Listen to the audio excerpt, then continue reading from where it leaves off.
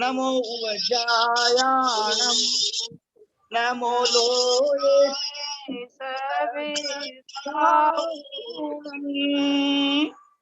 इंद सदवंदियाणं त्युअणहिद मधुर विसदव काणं अंतातीत गुणाणं नमो संदेशे आते हैं चिट्ठी आती है मोक्ष कब आओगे मोक्ष कब आओगे थे ज्ञान सागर गुरु मम प्राण प्यारे थे पूज्य साधु गण से बुध मुख्य न्यारे शास्त्रानुसार चलते मुझको चलाते वंदू उन्हें विनय से सिर को झुकाते पूजो उन्हें सिर को झुकाते वंदू उन्हें विनय से सिर को झुकाते स्वस्ति त्रिलोक गुरुवे जिन पुंगवाय स्वस्ति स्वभाव महिमोदय सुस्ताय स्वस्ति प्रकाश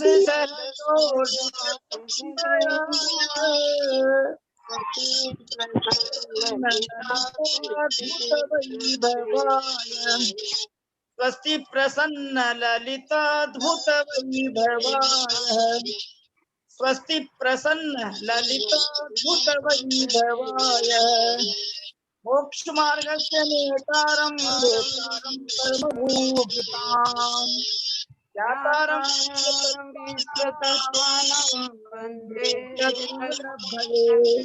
वन्दे तद्गुणलब्धये अन्य लोग म्यूट हो जाए, नहीं तो आवाज नहीं आ रही है, बहुत कह आवाज आ रही है। श्रद्धानम सम्यक दर्शनम तन्निसर्गादधिगमाद्वा जीवा जीवाश्रव बंध संवर निर्जरा मोक्षास्तत्वम नाम स्थापना द्रव्य भाव तस्तन्यास है प्रमाण नयैरधिगम है निर्देश स्वामित्व साधनाधिकरण स्थिति विधानतः सत्संख्या क्षेत्र स्पर्शन कालांतर भावाल्प बहुत वैश्च सातिशय पुण्य के उदय से पंचास्तिकाय हमको सबको सुनने को पढ़ने को समझने को मिल रहा है। प्रथम अध्याय के तत्वार सूत्र के प्रथम अध्याय के अष्टम सूत्र का विस्तृत सरल भाषा में विवेचन सुनने को मिल रहा है। यह हमारा सातिशय पुण्य का उदय है।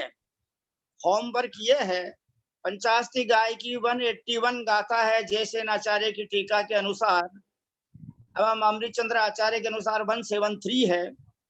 181 गाथाओं को कंठस्थ याद जो कोई करेगा, इस ग्रुप में यदि एक भी महानुभाव ऐसे होंगे जिनको पूरी 181 गाथा याद हो जाए तो बहुत अच्छी बात होगी। परम पूज्य गुरुदेव आचार्य श्री विद्यासागर महाराज ने 1976 में हम सबको कंठस्थ याद कराई थी 181 गाथा, और आधा घंटे के अंदर पाठ होता था।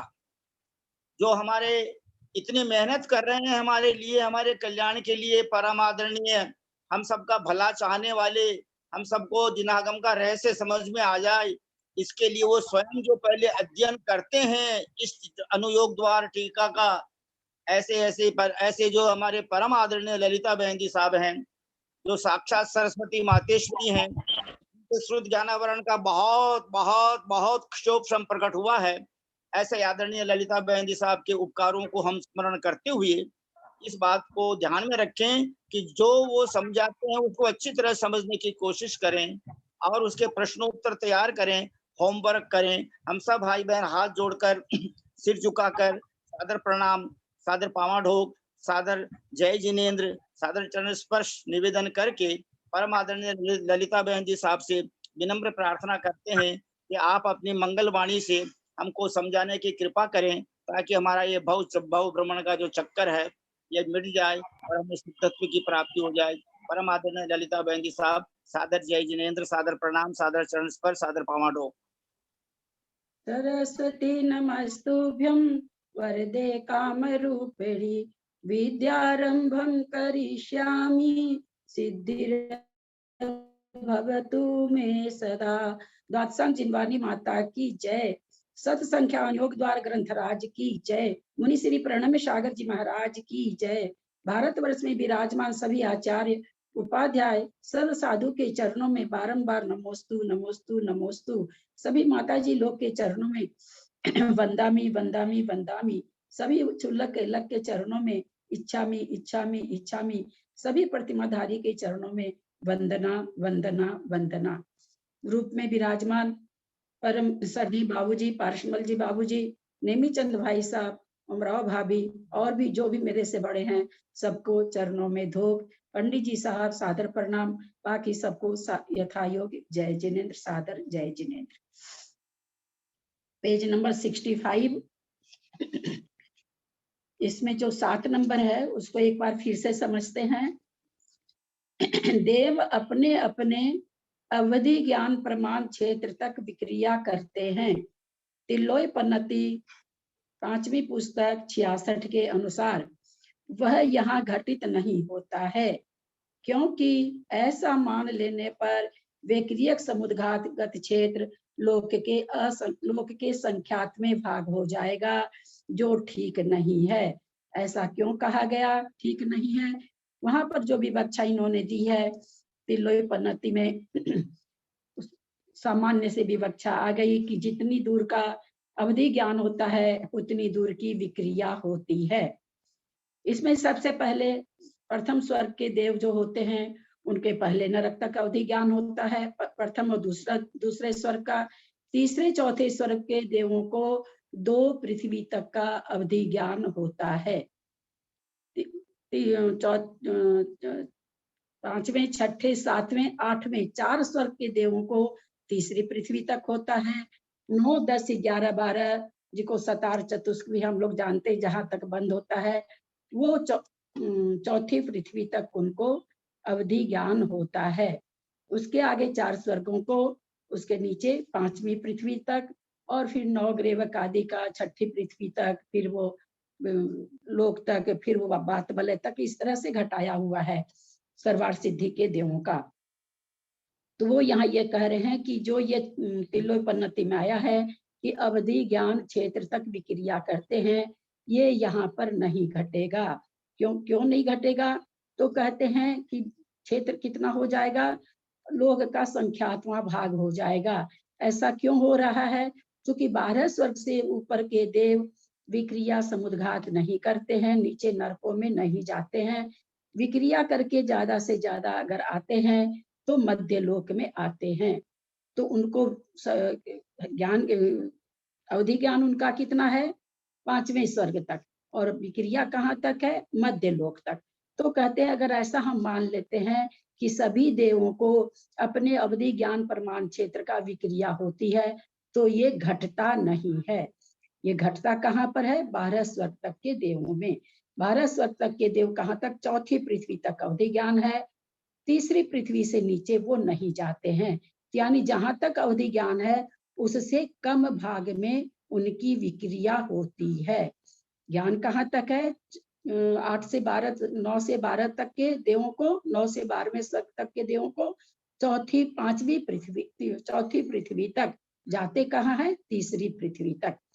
और जो 5 से 8 है वो तीसरी पृथ्वी तक जाते ही जाते हैं। यहाँ हम लोगों ने एक भाव भाषणा भाई थी कि पहले सामान्य से कह दिया जाता है कि 12वें स्वर्ग तक के देव, वहां तक लगाया हुआ है, ऐसा नहीं लगाया हुआ 12वें स्वर्ग तक के सभी देव, ऐसा नहीं लगाया हुआ है। तक के देव तीसरे नरक तक जा सकते हैं, समझाने के लिए, संबोधन करने के लिए। तो यहाँ ये कभी नहीं निकलता है कि पहले दूसरे स्वर्ग के देव भी तीसरे नरक तक जाते हैं, अन्यथा अवधि ज्ञान से अधिक क्षेत्र विक्रिया का बन जाएगा। तीसरे चौथे स्वर्ग के देव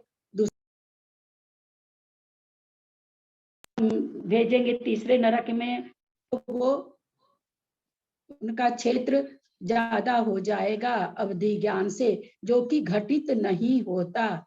अपने अवधि ज्ञान प्रमाण क्षेत्र ही ज्यादा से ज्यादा अगर विक्रिया कोई करता है तो अपने अवधि ज्ञान क्षेत्र प्रमाण ही, वो भी कहाँ तक के देव, 12वें स्वर्ग तक के देव, उसके ऊपर के देव तो उतना 12वें क्या 9 से 12 तक के स्वर्ग के देव भी चौथे नरक तक का उनको अवधि ज्ञान है, लेकिन वो वहां तक विक्रिया नहीं कर सकते हैं।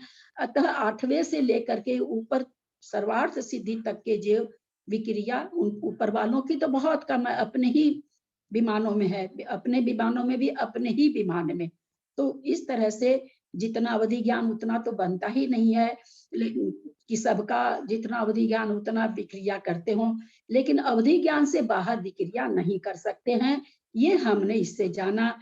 मैंने परसों कहा था कि किसी को अगर ऐसा पढ़ने मिलता है, खास करके बिल्कुल विशेष कथन से, सामान्य कथन से नहीं, कि पहले दूसरे स्वर्ग का देव तीसरी पृथ्वी में जाके संबोधन किया, अथवा तीसरी चौथी स्वर्ग के देव तीसरी पृथ्वी तक जाकर के संबोधन किया। पहली बात तो प्रथमान युग को सिद्धांत में नहीं घटा सकते हैं, लेकिन फिर भी अगर कहीं मिलता है तो जरूर से बताएं मुझे, कहीं पर भी इस तरह से देव तीसरे स्वर्ग तक जाते हैं। अब कौन जाते हैं ये तो निकाला नहीं, 5 से 12 तक वाले जा सकते हैं। तो ये यहाँ पर हम लोग विशेष करके जाने, जो हम लोग नहीं, मतलब मैं तो नहीं जानती थी कि भाई पहले दूसरे के वहीं तक जाएंगे, तीसरे चौथे के वहीं तक जाएंगे। तो यहाँ पर उन्होंने ऐसा लिख के बताया कि जितना अवधि ज्ञान है उतनी भी सब देव विक्रिया करें, ये घटित नहीं होता, क्योंकि ऊपर वाले देवों को बहुत अवधि ज्ञान है, अब वो तो अपने विमान से बाहर भी नहीं निकलते हैं। अब चलते हैं 8वें में, पेज नंबर 65, 8 नंबर पॉइंट। ऋजु गति से उत्पन्न होने वाले जीवों की अपेक्षा विग्रह गति से उत्पन्न होने वाले जीव असंख्यात गुने हैं। अगर 1000 जीव मान लीजिए ऋजु गति से उत्पन्न हो रहा है, उसको असंख्यात से मल्टीप्लाई करें, हमने उसको 10 से मल्टीप्लाई किया तो ऋजु गति से 1000, वहां तो असंख्यात से करना, 10 तो संख्यात का भी सबसे छोटा संख्यात है। अगर हम 10 से भी मल्टीप्लाई करते हैं तो 10,000 हो गए। तो वो यहाँ पर कह रहे हैं कि ऋजु गति से जीव जो उत्पन्न होते हैं, जिसको हम कहते हैं बिना मोड़े वाली गति, उससे कहते हैं जन्म लेने वाले जीवों की संख्या बहुत कम है। मोड़े वाले से अथवा विग्रह गति से, जो मोड़े वाली गति होती है उसको विग्रह गति कहते हैं। तो विग्रह गति से उत्पन्न होने वाले जीव ऋजु गति से उत्पन्न होने वाले जीव से असंख्यात गुने हैं। ऐसा क्यों होता है?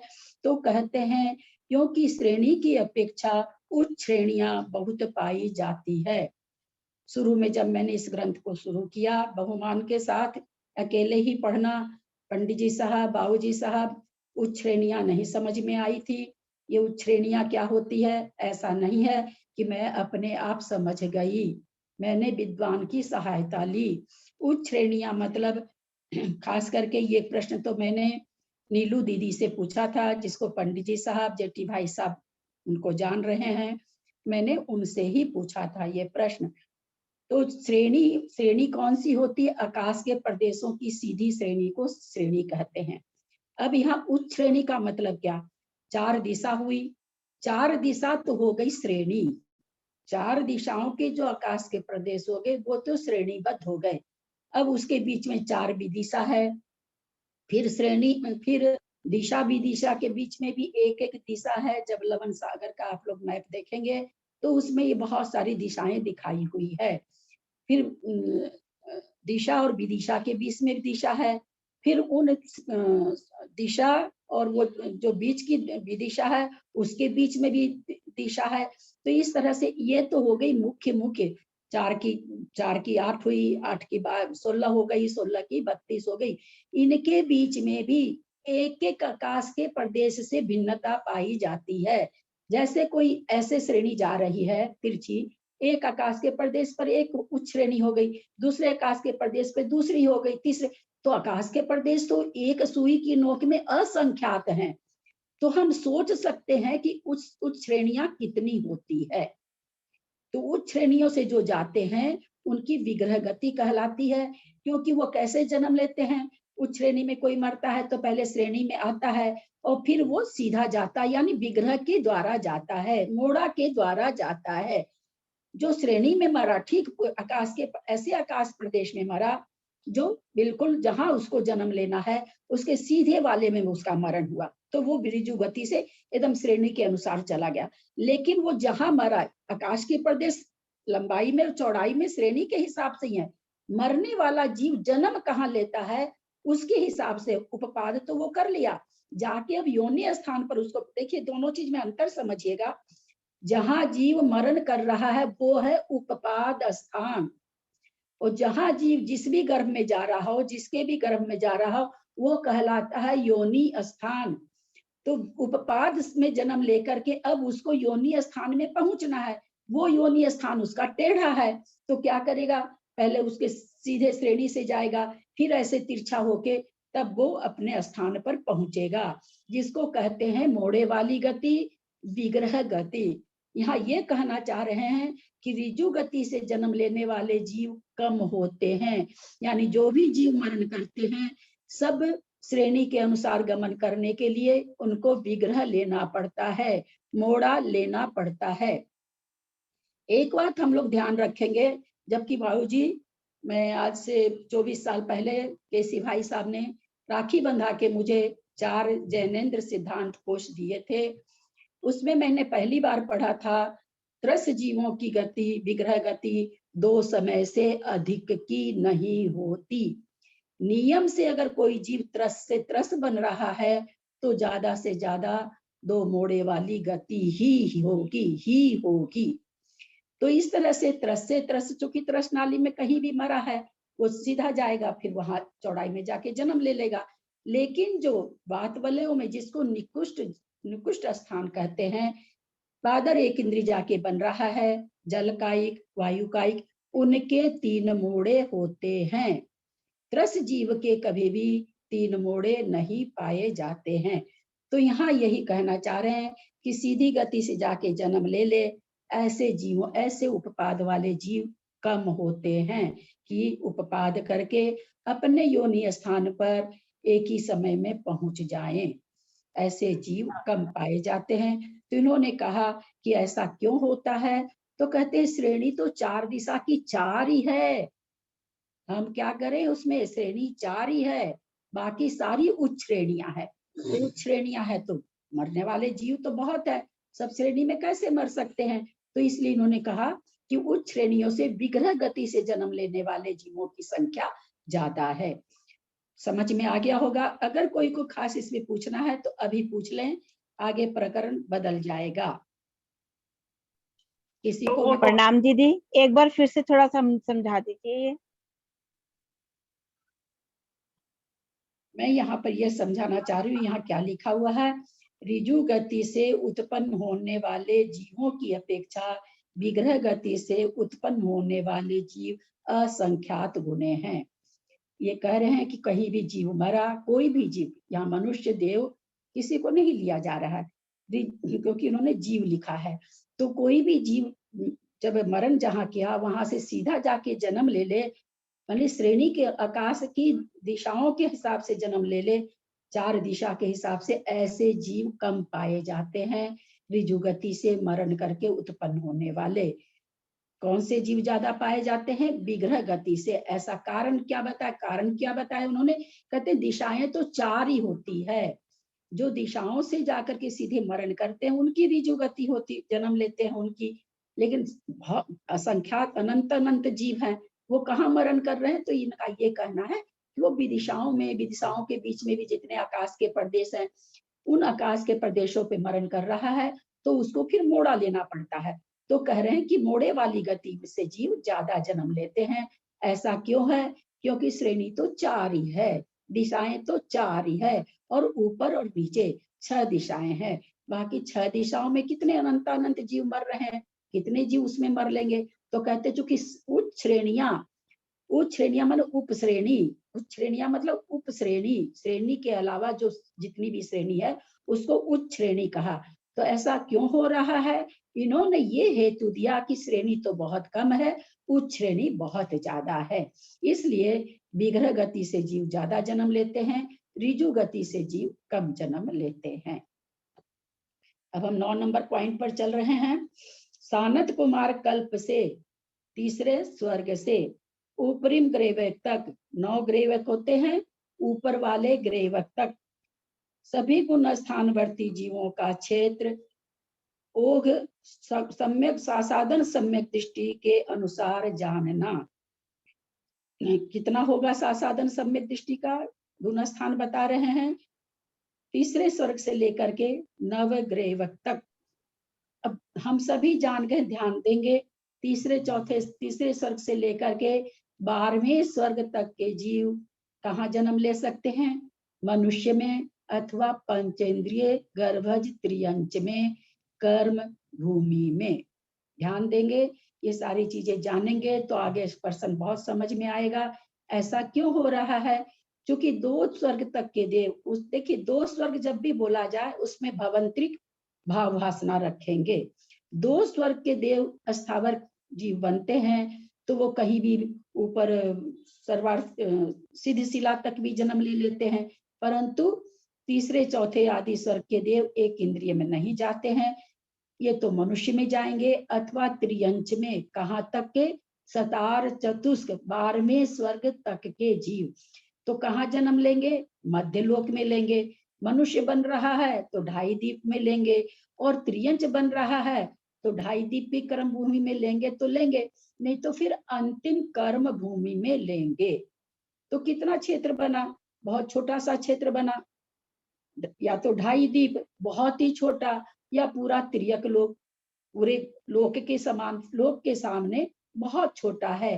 तो इस तरह से तीसरे स्वर्ग से लेकर नवग्रेवक तक के देव कहाँ जन्म लेते हैं? उनका सासाधन गुण स्थान में कितना क्षेत्र होगा? तो कहते हैं इतना क्षेत्र होगा, जो कि लोक के असंख्यातमें भाग के बराबर है। अब आगे चलते हैं। अनुदिश से, क्योंकि नवग्रेवक बता दिया इन्होंने, अब अनुदिश से, अनुदिश सबको पता है, अनुदिश 9 होते हैं, 5 अनुत्तर होते हैं। तो सर्वार्थ सिद्धि अनुत्तर विमान में आता है। 5 अनुत्तर विमान में सबसे उत्कृष्ट कोटि का सर्वार्थ सिद्धि विमान है, जहां जघन्य आयु नहीं पाई जाती, एक ही आयु पाई जाती है। जघन्य और उत्कृष्ट केवल सर्वार्थ सिद्धि क्षेत्र ऐसा है पूरे तीनों लोक में, बाकी सभी जगह उत्कृष्ट आयु भी है, जघन्य आयु भी है और बीच की भी है। सर्वार्थ सिद्धि विमान के देवों की कोई उत्कृष्ट और जघन्य आयु एकमात्र सर्वार्थ सिद्धि विमान, 5 अनुत्तर विमानों में एक विमान सर्वार्थ सिद्धि, जहां उत्कृष्ट अथवा जघन्य आयु का भेद नहीं है, एक ही आयु है 33 सागर।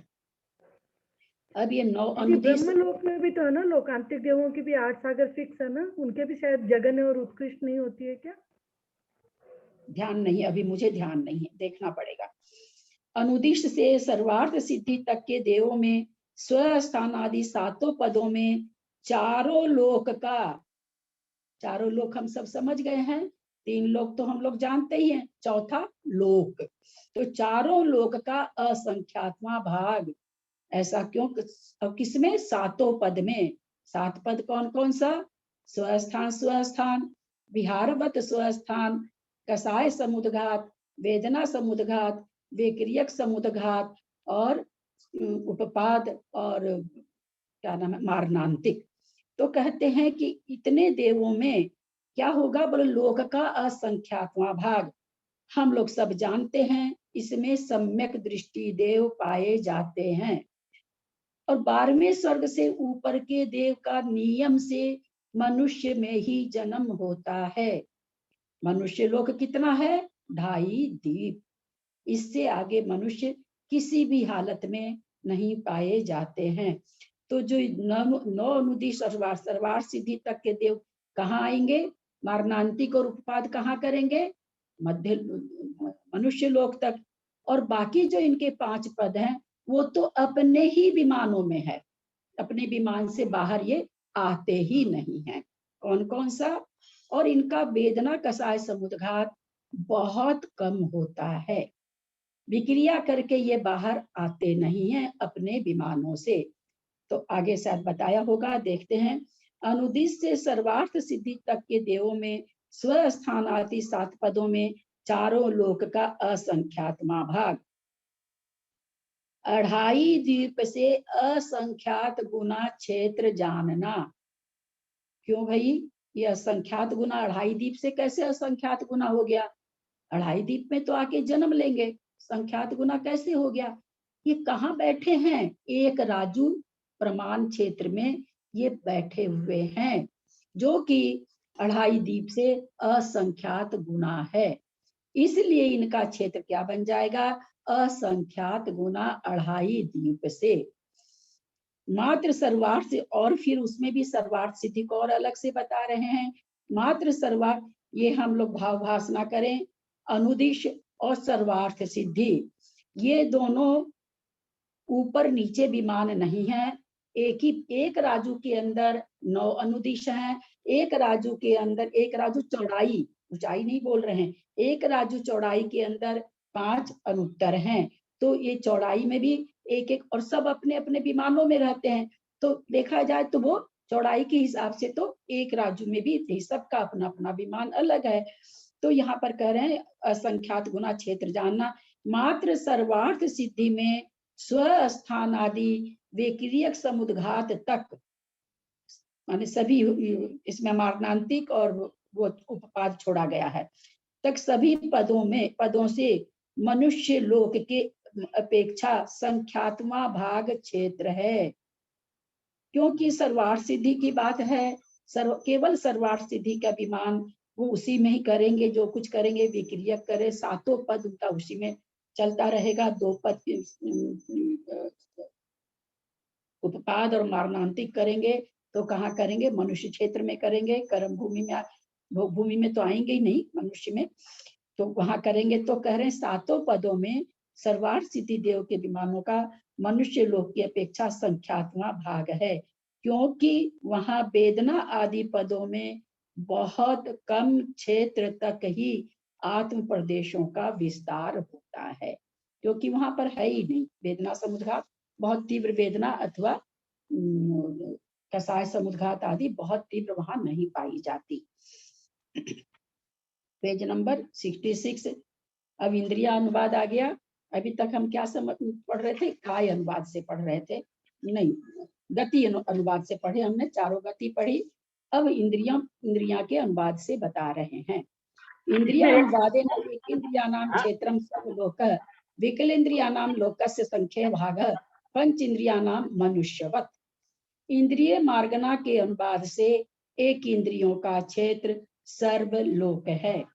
हम सभी जानते हैं एक इंद्रिय तो सभी जगह पाए जाते हैं, तृष्णाली में, तृष्णाली के बाहर, वात वलय में, यानी पूरे लोक में पाए जाते हैं।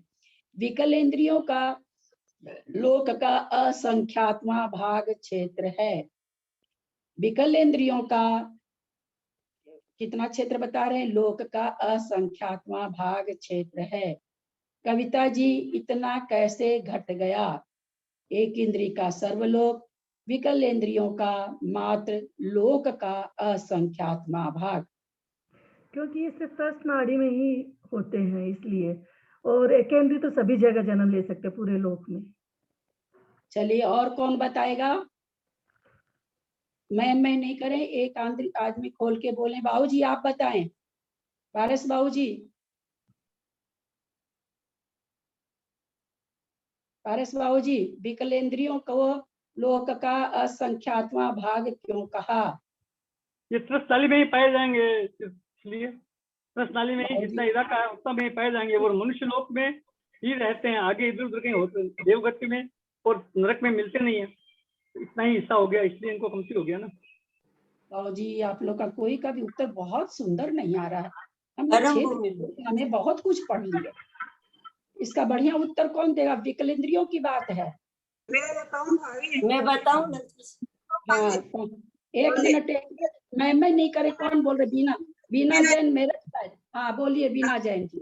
क्योंकि विकलेंद्रिय केवल कर्म भूमि के जीव हैं और एक इंद्रिय जीव पूरे संसार में ठसाठस भरे हुए होते हैं, इसलिए कर्म भूमि के होने के। आप म्यूट कर लीजिए। विकलेंद्रिय जीव पूरे मध्य लोक में नहीं पाए जा रहे हैं, त्रियक लोक में बिल्कुल नहीं पाए जा रहे हैं, भोग भूमि में नहीं पाए जाते, मलेच्छ खंडों में नहीं पाए जाते, केवल कर्म भूमि में पाए जाते हैं विकलेंद्रिय।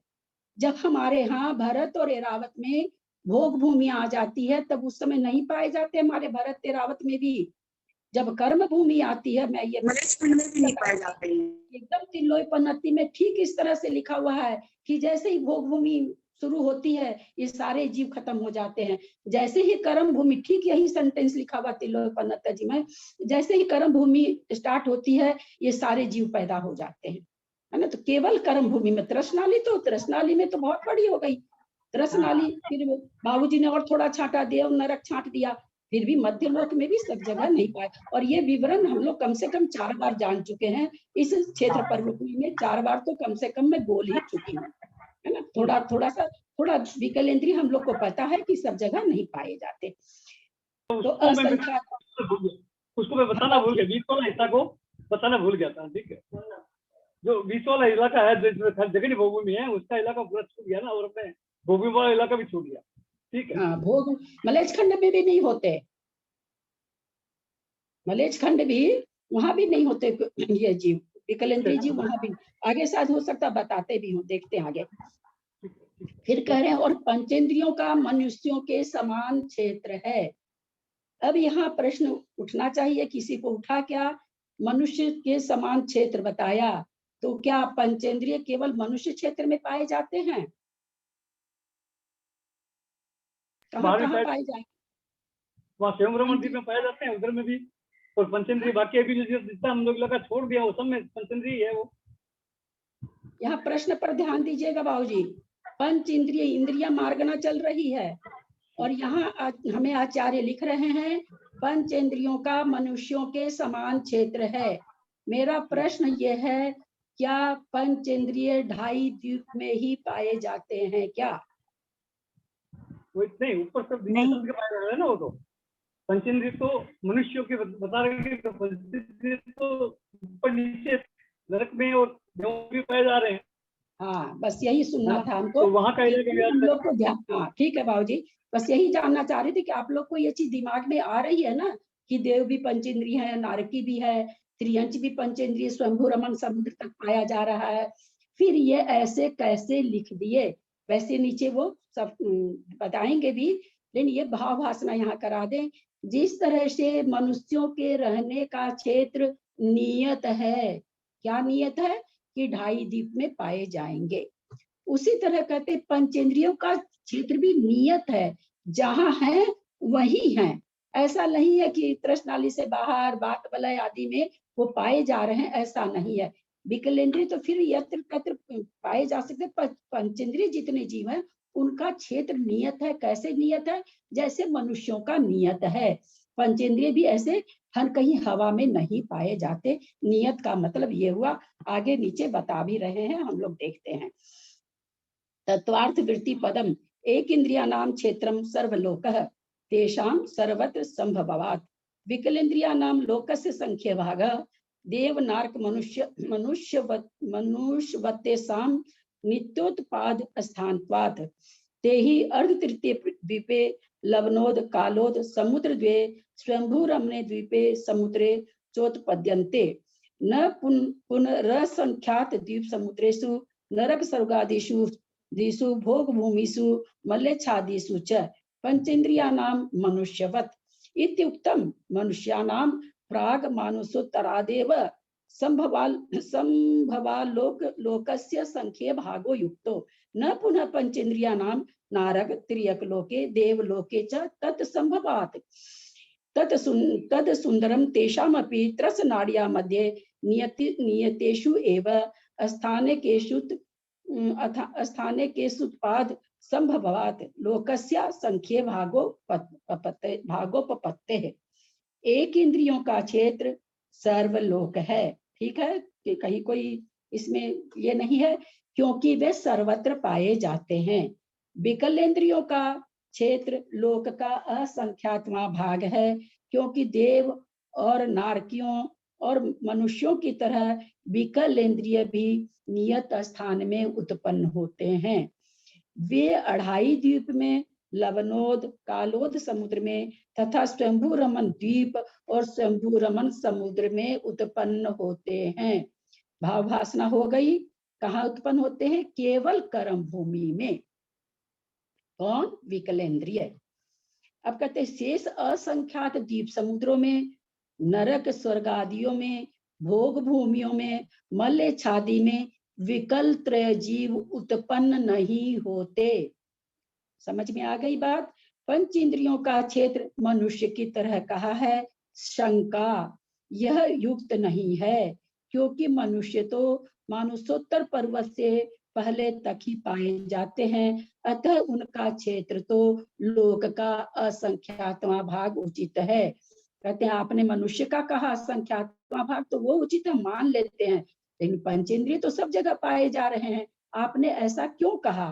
तो कहते हैं पंच इंद्रियों का नहीं, क्योंकि पंच इंद्रिय तो नरक लोक में, मध्य लोक में, देवलोक में पाए जाते हैं।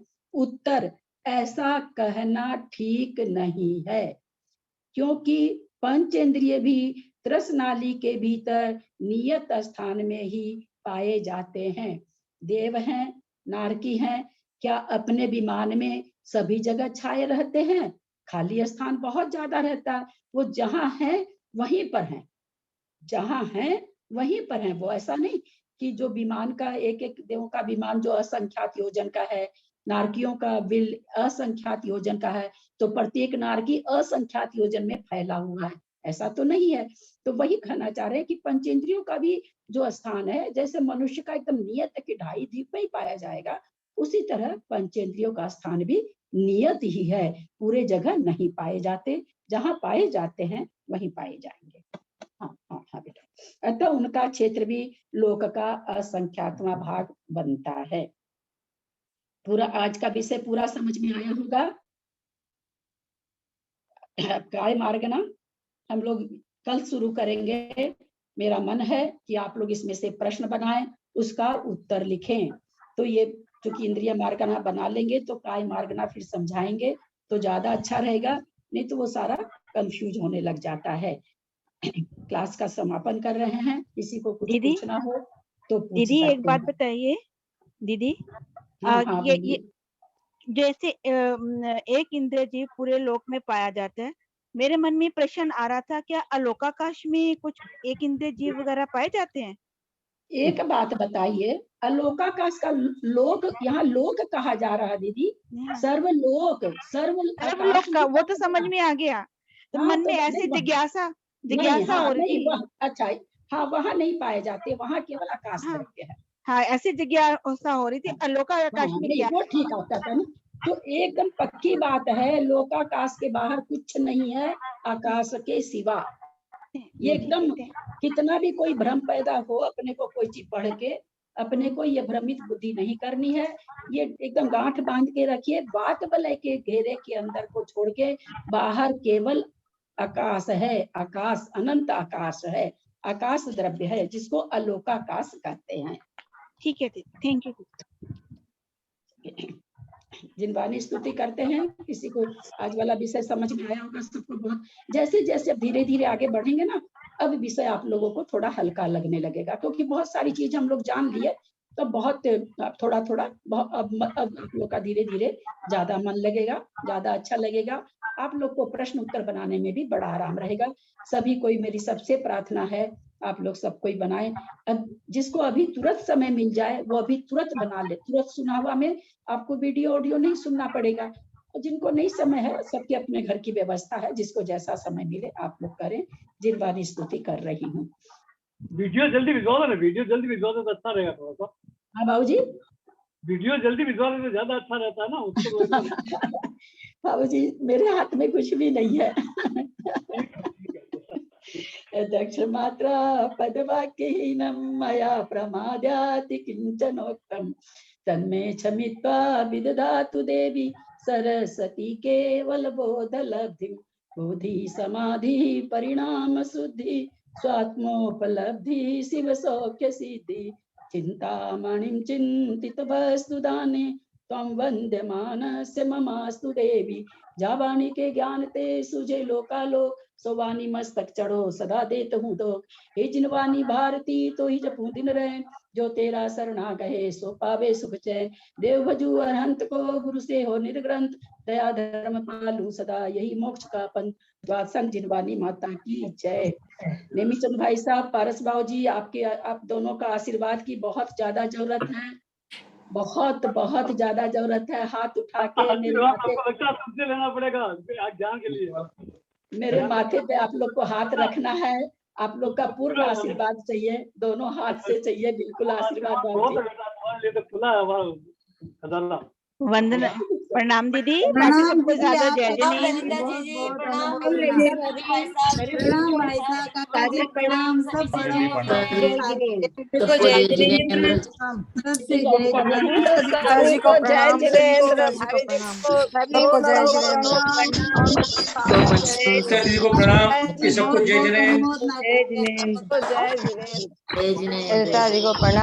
जय जिनेंद्र।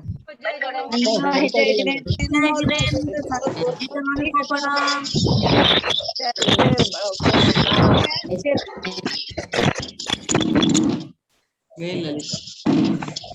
सभी को, बड़ों को जय जिनेंद्र। जय जिनेंद्र। ललिता जी प्रणाम। जय ललिता जी।